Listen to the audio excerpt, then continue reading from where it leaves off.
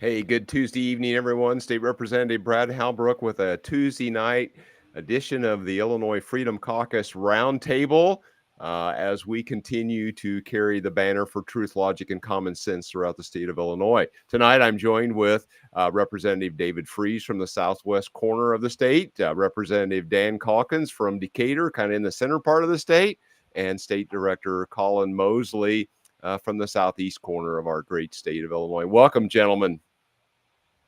Hey, how's everybody doing? Good. Fantastic. Hey, real quick, let's just give a real quick 60-second kind of open welcome from your neighborhood, and let's go Representative Freese and then Representative Caucus and the State Director Mosley, and then we'll get into our presentation for the evening.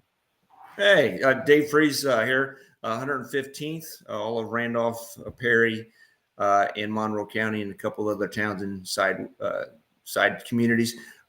Absolutely loving Southern Illinois this time. Phenomenal weather. Just it's great to be outside right now. And my tomato plants are loving this for whatever reason. So yeah, we're covered in tomatoes and we're making salsa. Great. Usually everybody's tomato plants have become infested with fungus or whatever by now and have wilted into a pile, but thankfully yours sounds like they're doing well. So right now they got a late start, but they're kicking butt. Good. Dan. Hey, how's everybody? Great to be with you this evening. Things are going well here, Macon County. We're having beautiful weather. And like David, tomato plants are still producing. We're still getting fresh tomatoes. Had made BLTs last night for dinner. So all is well here. Looking forward to the next couple of weeks. I know we'll be together here soon. But all is well, and really appreciate y'all putting this together tonight. Yeah, exactly.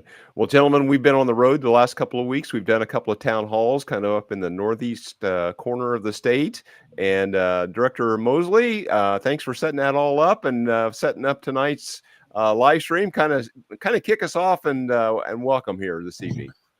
Well, you're absolutely right, Brad. We've had great town halls across the state, just people that are turning out engaged and they want to hear what's going on in Springfield. They may not always like what they hear, but they certainly want to be informed. And so we're going to do more of those town halls. We're going to discuss that today at the end of the presentation, where we're headed next. But it's been a blessing to travel the state, speaking truth, logic, and common sense.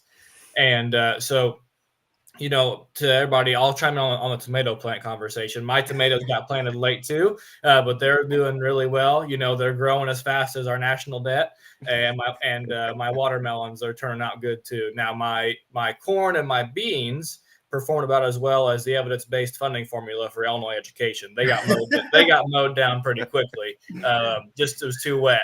But everything else is doing good. So, well, evidently you're not putting enough inputs into that crop right. for the outcome. Maybe you put too many inputs in for the outcome of that crop. I should have called the IEA and asked them how to grow my corn. They may have been able to give me an object lesson.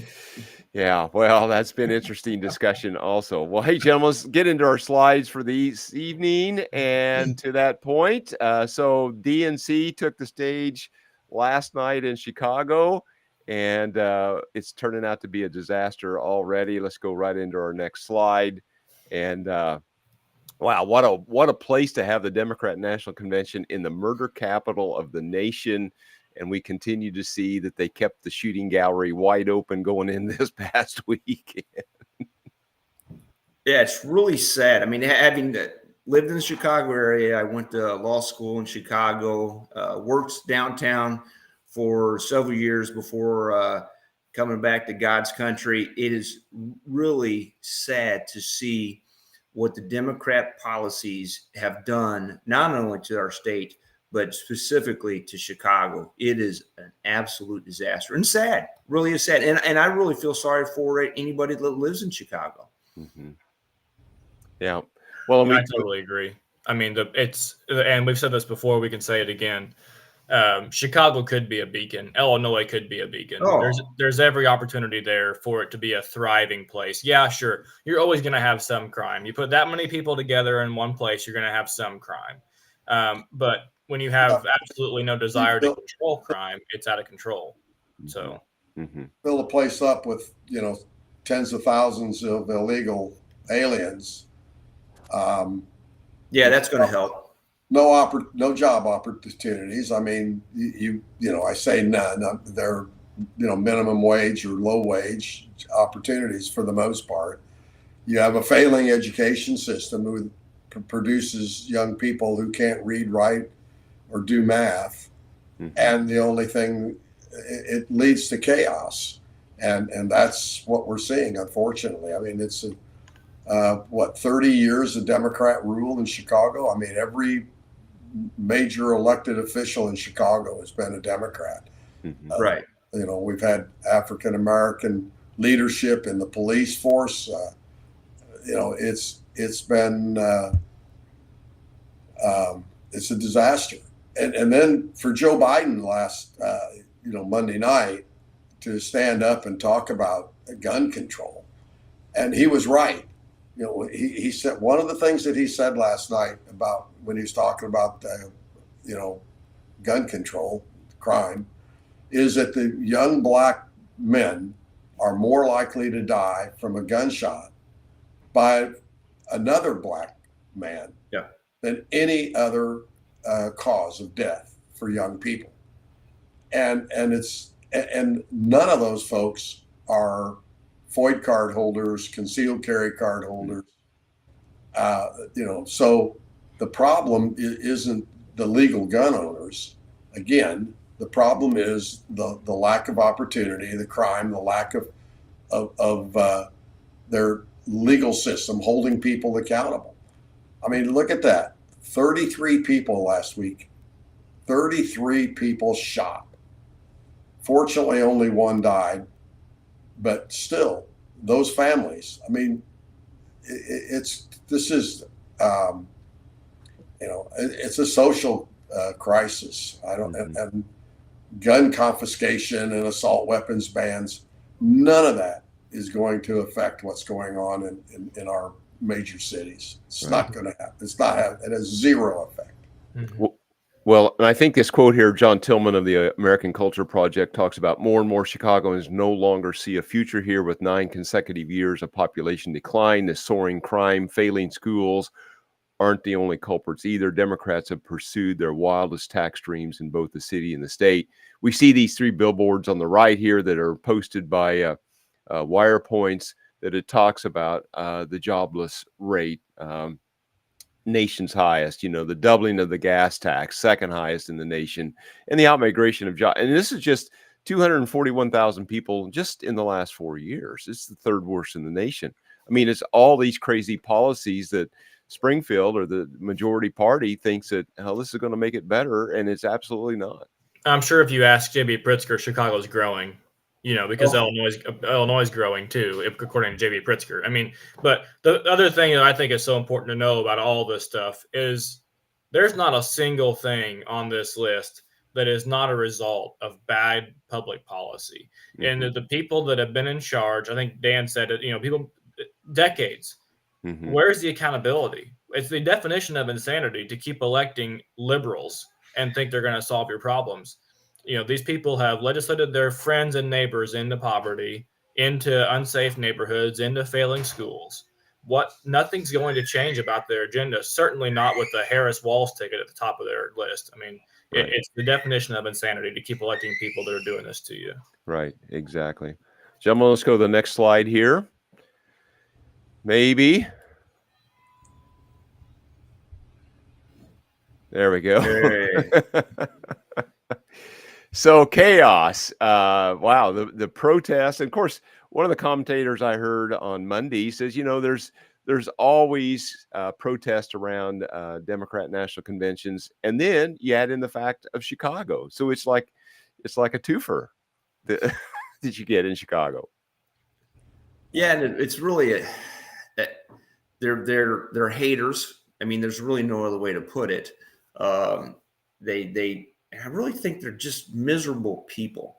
They bitch and moan about everything, and they think the United States is the worst place on the planet, but yet they still live here. My thought is, look, if it's so bad, go someplace else. Go just pick up and leave. There's nothing stopping you. Just leave. Well, if it's so bad, why have millions of people illegally cross the border to get into Right. this country. Yeah, they risk their life to come here. Right. So, yeah, I mean, it's terrible. You know, I'm going to steal a joke from last night. I mean, things are so bad in Chicago during the DNC with all of these protests and crowds that you have to wait almost 2 hours for a carjacking to get your car. It's anyway. Joe told me not to tell jokes. It's probably this isn't going to go over well. No, but it is. This is what's going to happen to this country. I mean, this is the direction. These are the kinds of things. And you listen to what President Biden said in his speech Monday night about the good people that are out there protesting. He understands all the folks that were out there protesting and their position. And then on the other hand, he criticizes Donald Trump over Charlottesville over an erroneous lie. Yeah, it's a lie. You're right, David. They twisted what he said into a campaign speech, and yet Biden said exactly the same thing, and in context about these anti-Israel, pro-Palestinian protesters. This is a dangerous time, and I don't get it. I don't understand why the Jewish community puts up with it. It is an absolute, I think, on the brink of a huge, full out war in the Middle East, which will shut down the oil, will cause massive economic problems throughout the world. And, Kamala Harris and her running mate are prime proponents, I think, of this war, of starting a war. Mm-hmm. It's amazing. Democrats used to be the party of peace. Mm-hmm. Now they're the party of war. Mm-hmm. And I don't get it at all. Yeah. Well, they were the party of peace, and now they're the part of piecing out bodies, whether it be babies or genitalia. I mean, and you look at these images. One thing that strikes me is the contrast from the RNC is so bizarre. The RNC, we had a Hulk Hogan, tearing off his overshirt to reveal a Trump Vance shirt, right? We had people that were excited, and then you've got on this side you've got a demented old man talking about how he and Kamala are going to strengthen illegal immigration. And by the way, you got a one-stop shop for a Planned Parenthood mobile abortion clinic. Make your appointment now. I mean, it's a joke. I feel so bad for the DA. They're already booked. There's no appointments available. Right. Yeah, exactly. And I feel so bad for the law enforcement. I talked to some friends yesterday at the RNC. People were buying the cops coffee, shaking their hands, saying thank you. They were a little bit of protest because that's just the way it is in politics. But man, just the contrast. If I was the CPD, I would have a blue flu, and just imagine if half the detail just didn't show up tomorrow. What a mess. And it's just disgusting to see the way these people treat the law enforcement detail. And by the way, they're stuck there protecting people that would just as soon defund their departments or them lay down their lives in the name of social justice. It's a joke. Oh, great point. Yeah, you're right. Yeah, exactly. Gentlemen, let's go on to the next slide as we kind of wrap this up a little bit. And there we go. And so be on the lookout for our next event. Hopefully, we're going to kind of schedule some things in 3 different counties around the state. Colin, anything you want to add here to this? Nope. Just these town halls are great pieces of information. I know Dan and Brad have done several of them already. So have I. I think also I forgot to add this, but I hope we're going to venture down to Mr. Freeze's territory sometime this fall. And David's also got a fundraiser coming up too. We need to plug next week. But these are great events, and look forward to you joining us there. Yeah, exactly. And if the slide will advance here, there we go. IllinoisFreedomCaucus.org, and you can just add a /donate on there if you'd like to contribute and be a part of our effort. And then the Substack has every week or every other week we have an e-news that goes out with lots of good information. And so, gentlemen, with that, any last closing comments before we close out for the evening? No, it's good seeing you guys. It's the only bad part about not being in Springfield. I don't get to see you guys as much. Well, you're aging well. We did have lunch last week. That was good with Kathy Salvi. Yeah, that's true. Yeah, I listen. I am so impressed with her. I think she's going to do a phenomenal job. Yeah, I think so. Well, we hope so. And she did well at the Republican Day on Thursday, and we get to for those of us who was there, we got to catch up with some of our colleagues and some of our constituents that were there, kind of find out what was going on around the state. We had to dodge the rain for 20 or 30 minutes, but it turned out to be okay. It wasn't a complete washout, and so it went really well. Yep. It's good.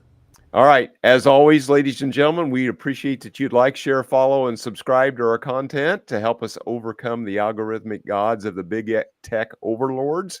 And we have to continue to bleat this message out. And without you, it's very difficult. So we need you to participate in this process. And we look forward to seeing you real soon. And with that, good night, everyone. Take care, guys.